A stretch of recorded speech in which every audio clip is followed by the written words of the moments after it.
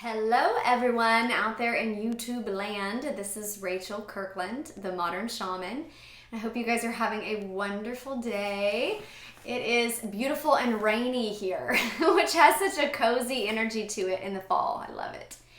If you are new to this channel and you are new seeing this video, if someone gave it to you, thank them. Say thank you so much. You're so you're so awesome for introducing me to this new channel. That's how we spread the love, folks. I love it. No, honestly, if you're new to the channel, I always welcome you and invite you to like and subscribe and hit that little bell that gives you a notification every week when I upload a new video. And then also, if you want your question to be answered, the way to do that is you go to my website, themodernshaman.net, you go to the contact form, type in your question, and then just mention on there that it is a question for the YouTube channel. It goes into the queue, and my team just puts it in a folder and it gets pulled out, and one day I answer your question on here.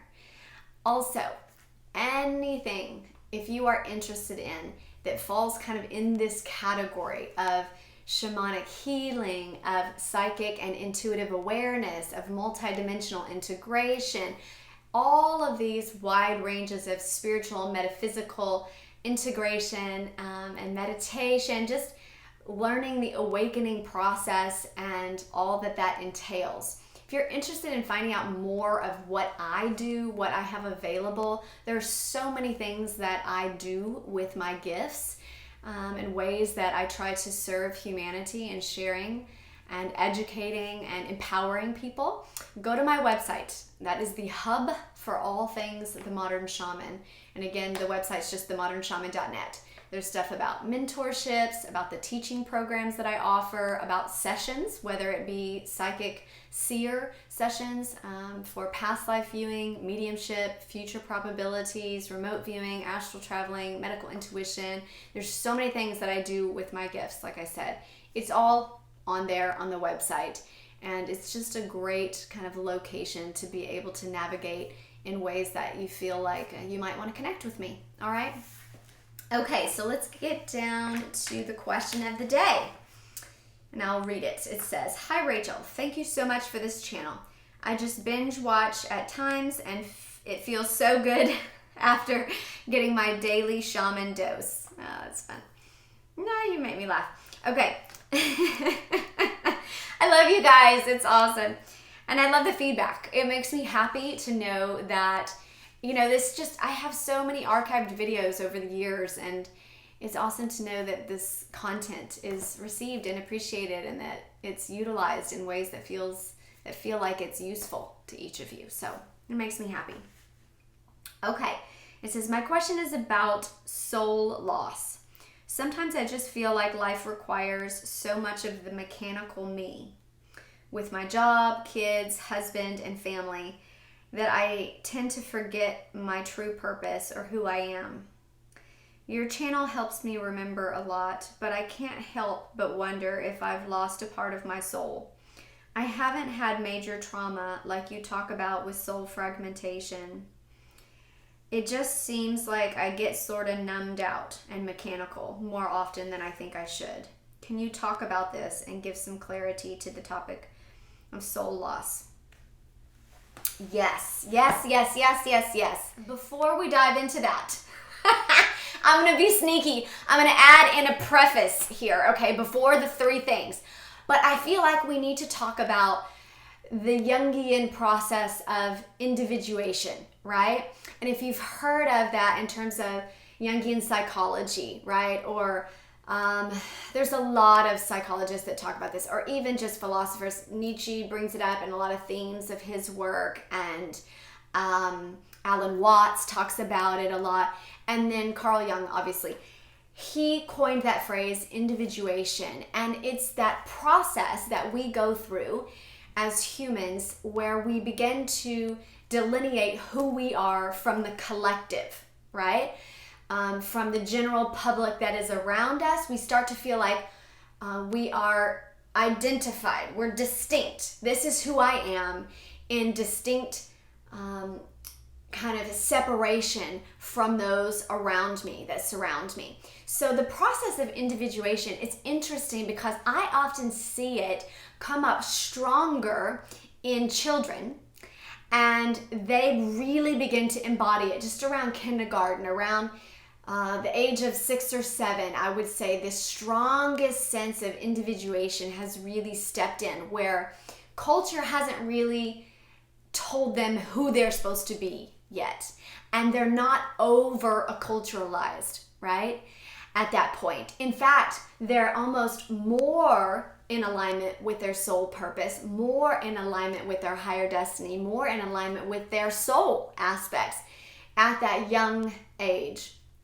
And oftentimes when we think about ourselves and what we were doing then, that's our clearest and most distinctive time where we see who we truly are without needing to water it down to be something else for someone else, or in a certain job, or in a certain societal role or gender role, or what have you. So first, this process of individuation needs to be identified. When do you feel like you found your sense of self, right? When were you most giving yourself permission to be fully you? Okay, to say what you thought, to have tantrums when you thought, to not have any sense of tact or culture, right? Or civilized behavior. Your most authentic sense of ancient kind of wild nature. You were who you were, no matter what they tried to tell you to be. That is the purest sense of essence that you can embody. I'm going to point that out as number one way of having a subtle soul loss is this kind of over-acculturated role playing that we do. Not the fun kind, the kind that is where we feel like we know the expectations that are put upon us by our gender, by our society, even where we live regionally, right? I live in the South, and a Southern woman is expected to be a certain way, say certain things in terms of tact, manners, right? This is a common way that we lose our subtle soul. It's like a soft giving away. And oftentimes we're told that this is the good thing to do. These are how you have good manners. You stuff it. You don't share your opinion if it's in opposition to what the main honcho or the boss man or whoever, the teacher at the time, is telling you. The preacher, the parent is telling you that that's the way you should do things. You stuff your opinion. You don't counter what's being told. This type of subtle soul loss is probably the most common. Also, it's sometimes required of you, meaning your parent may be aging and you are expected, without literal statement, but you're expected to take care of them or to step in and play a role as the caretaker now. Or maybe you are a parent and you are expected to be the sole breadwinner. You are expected to be all of these things. There are a level of roles that we step into and begin to play. And if they are not truly aligned with who we are as a soul, we start to actually fracture off or put part of ourselves aside in a subtle way, or maybe just push it down a bit in a subtle way and step into something that isn't truly us. We're playing that role like an actor in a film because we believe that that's what's required of us at the time. And it may be to get the job done, to pay the bills, to take care of children, to take care of parents, to do things that take care of those that we love or care about. But if we're not careful to notice and to have a sense of self-assessment, then we may be aligning and fulfilling statements and saying just what a society person would say, what we believe is the right thing to say, is the tactful thing to say, is the respectful thing to say, other than the truth of who we truly are, or what we truly believe, or how we truly feel. And this is a very common subtle loss of the soul. because it's gradual and we don't see it. And we often think we're doing the right thing. But in essence, if we don't check ourselves, we're letting go of our truth to play a false role, to play something fake that we truly don't believe in. We may believe in the relationship, we may believe in loving our children, but it doesn't do them any good by faking the mom rather than being our true sense of mothering. Do you understand what I'm saying? Which sometimes may look like a mother wolf, a little more aggressive, a little more assertive, or mama bear than the tactful Southern belle. Do you see what I'm saying? This is that subtle sense of soul loss where we become over-acculturated, over-civilized, beyond actually honest and truthful. And we lose our sense of sincerity. Oftentimes when this first most common way to lose a subtle aspect of the soul comes up, I will have people come in as clients and they will say, I don't know who I am anymore. I don't know what I enjoy doing anymore. I don't know what makes me me. This is a telltale sign. If you are saying these things or thinking these thoughts as I'm speaking this video, this is a telltale sign that you have fallen into this first category of subtle soul loss from the identity and roles that you play that are facades, okay, that are not truly you. This sense of no matter where I go, I somehow in my soul feel lost. Now, if this is you, I would identify this as the number 2 way that we experience subtle soul loss. It's the nomadic roaming inside of us that feels like there's no place like home, or there's no place that gives us the sensation of home, because we've had bits and bits and bits of that aspect of our soul taken from us, chipped away small pieces at a time. Now, when this has happened to you, you may identify as a starseed, okay? I see this a lot in people that come up and they feel like their home is not on this planet. They don't ever feel like they've found a sense of home or culture that's identified for them, other than this is not my home. That's the only thing that feels like a sense of home, is that I unclaim Earth as my home, as my planet of origin. And if this is you, you do experience this sense of soul loss because your soul is actually more identified with other planetary spheres, with other mission and purpose outside of the human experience. And so just being human gives you the sensation of soul loss in this subtle way. And oftentimes it's a slow chipping. It's people saying certain things and nothing in particular, but you realize there's always an undercurrent of, I don't believe what they believe. I don't think how they think. I feel very alone and isolated in my own experience of what I am going through. And so there's this aspect of the soul that feels like it's never quite met. It's never quite given permission to shine forth in a human body. Now, sometimes this is often experienced in loss also, like a loss of an identity, a loss of a family member, a loss of a friend, a loss of a location, like moving, or a loss of an identity of what you used to do.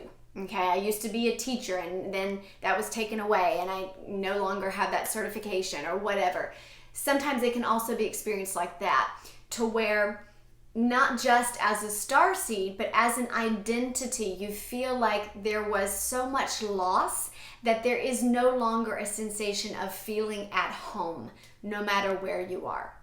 It's because you have separated from what you used to align as your home, and that means your soul, right? Who you truly are. Now, if this is you and you find yourself in this subtle aspect of soul loss, oftentimes you feel like your cycles move quickly through life. You have a tendency to be more nomadic in location. You have a tendency to be more nomadic in relationships. the karmic cycles finish quicker and quicker and quicker, and you're just moving through with a distant sense of identity, very fluid and non-attached in your individuation, in the way that you are choosing to express and embody your soul. It feels much more loose and fluid.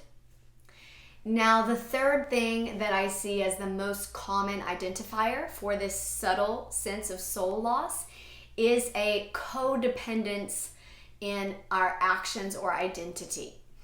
Now, we hear that phrase like a codependent relationship, but this is someone who cannot identify who they are outside of the collectives in which they are a part of, or the groups that they're a part of, even the families and the nuclear dynamics that they're a part of, or the relational dynamics, right?